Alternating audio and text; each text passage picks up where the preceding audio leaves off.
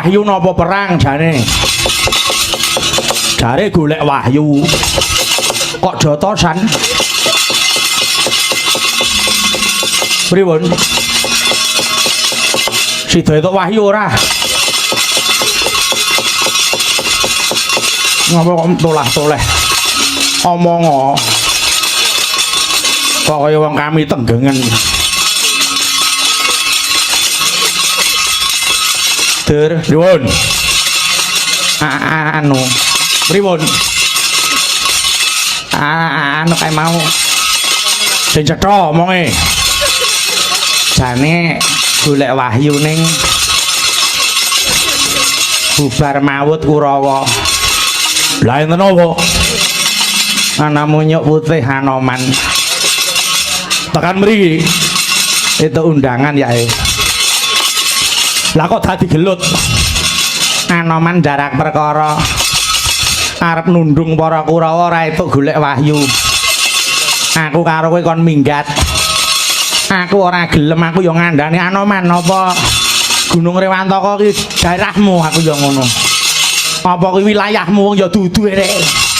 Ngono kok aku ora entuk munggah Gunung Rewantaka, aku ya nesu cekake. Terus bareng kono tak tantang ora saya wedi malah saya menteleng tangane ngepel-ngepel malang kadak. Terus sampeyan pripun? Ngalih edan kok ora ngalih iki. Oh ngalih kok bengok-bengok lho. Wong jirih kok kemaki. Swatama sing maju. Wah, menang Swatama. Kapan? Lakone apa Anoman karo Swatama kok menang Swatama iki lho. Kowe kulino ndelok wayang ora? Swatama kalah napa menang?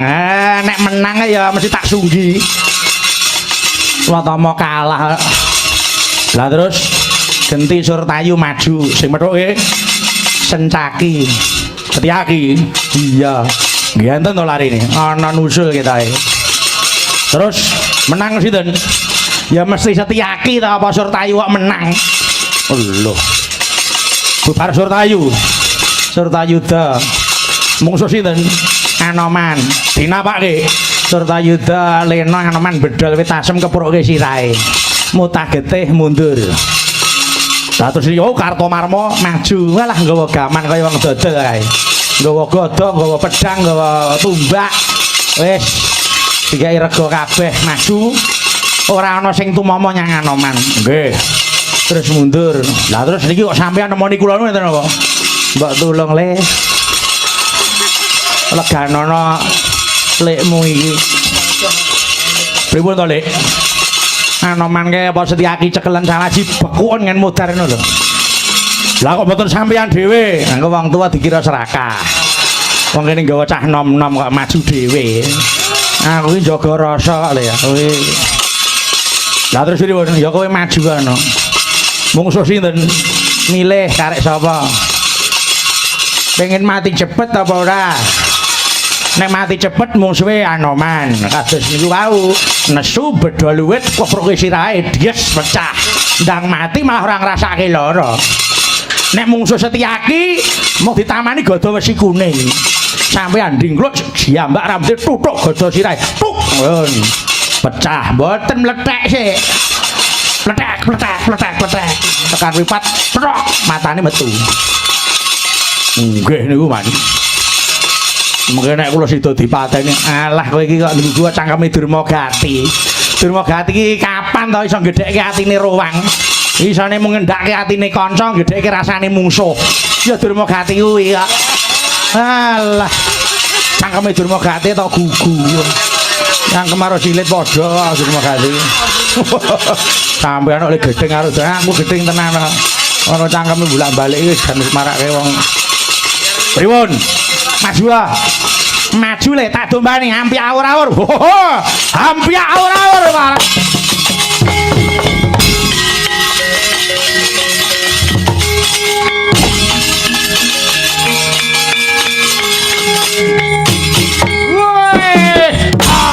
Awas yo wah, biar ayo.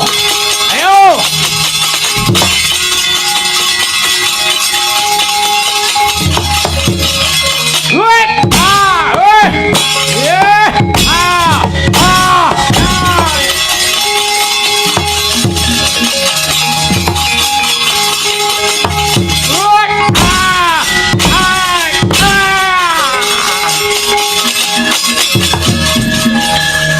kabare pripun kok Prabu? Sami wilujeng lho. Wah, saya lemu awake saiki. Dursasana nggih. Kowe molos yakin mboten molo. Mboten molo ora tak apa-apake yo. Mung kula lulus mawon ora. Ayo. Prasaja mboten. Iya. Sangguni gawe masalah ae. Ora kondo nek cahe enek. Jare mung Anoman Setyaki. Mripate iso nyawang ora sangguni ae. Genane botohe ora ngerti ora sudirene. Oh, dadi wong loro kok ngeki keterangan ora genah iki. Nah iki arep iki mboten. Wah, awane kok nguyuh ae. Ngapunten lho tak nguyuh sik. Ora sah. Uyuhno kene ae. Ayo nguyuhne kene. Wah. Iya. Ngoro. Ora isin aku. Wis gedhe kok. Apane awak kula niku? Ndak nguyuh mang madhem mriku. Aja minggat mboten. Andi lunga awas e. Ora. Wis rong. Lah bangsa telek ora minggat to. Hei Kura, kowe pendak madang atau hei mandek. Apa karepe Kura iki? Amuk.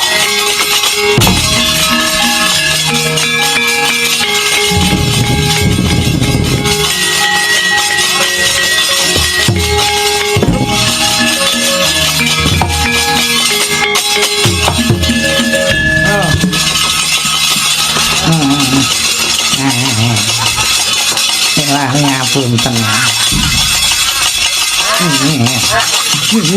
Ngapunten lha. Paman Singuni. Nggih. Enten metu mriki. Nah, iki tenang panampa. Lha.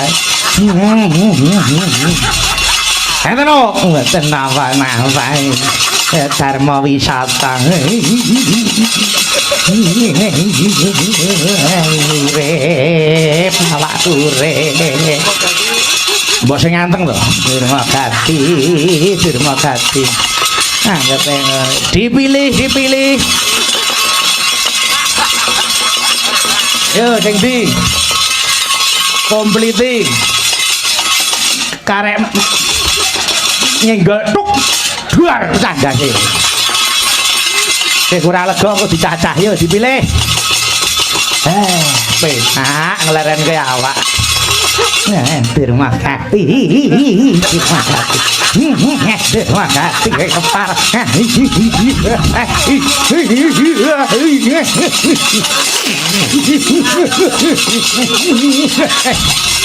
Apa wis gerang kaya mboten.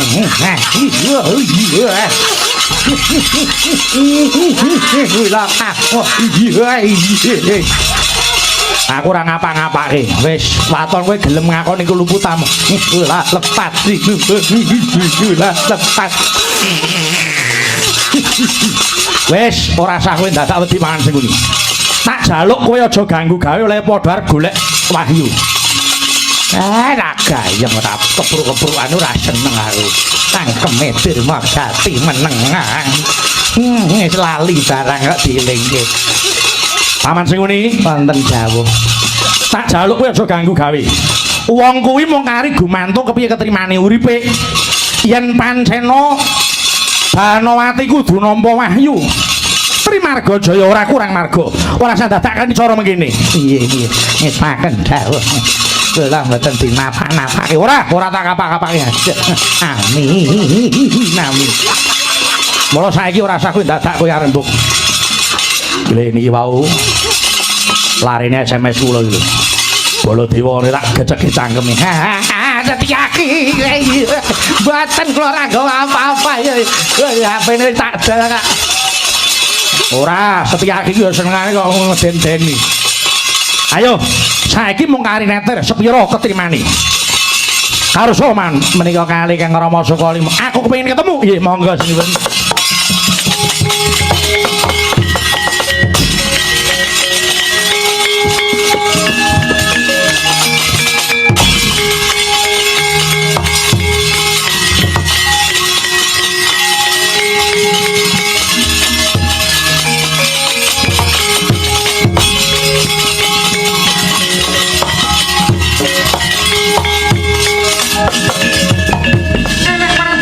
Dewa kula ingkang nyuwunaken pangapunten dhateng tumindakipun para Kurawa.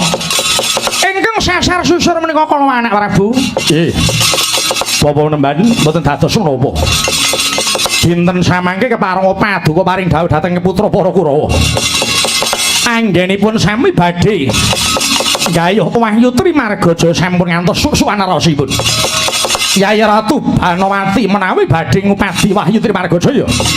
Monggo pados papan ing prayogi Baladewa ugi badhe ndadar ketrimaning gesang kula. Oh inggih Sinun Mandura. Kula tumuli badhe ngarak dhateng Kadang Kuntang Ratu Banowati. Monggo sewang-sewangan ndadar ketrimaning gesang. Monggo kula dherekaken bawa peneban.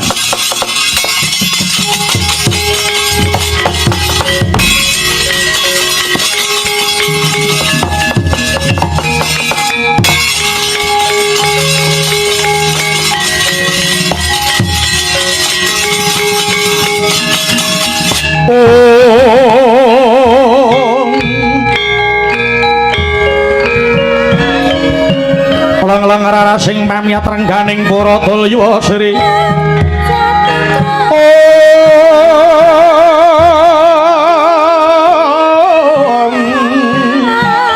Dinawi sesutya maneh sumawur sorot sumirat sirate mangilat raden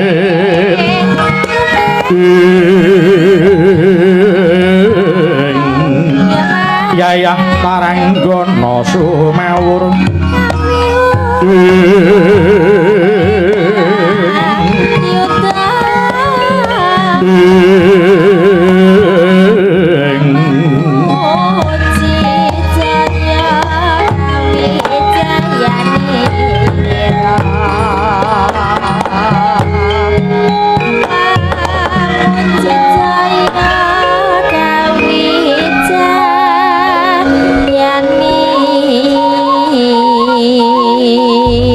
kayune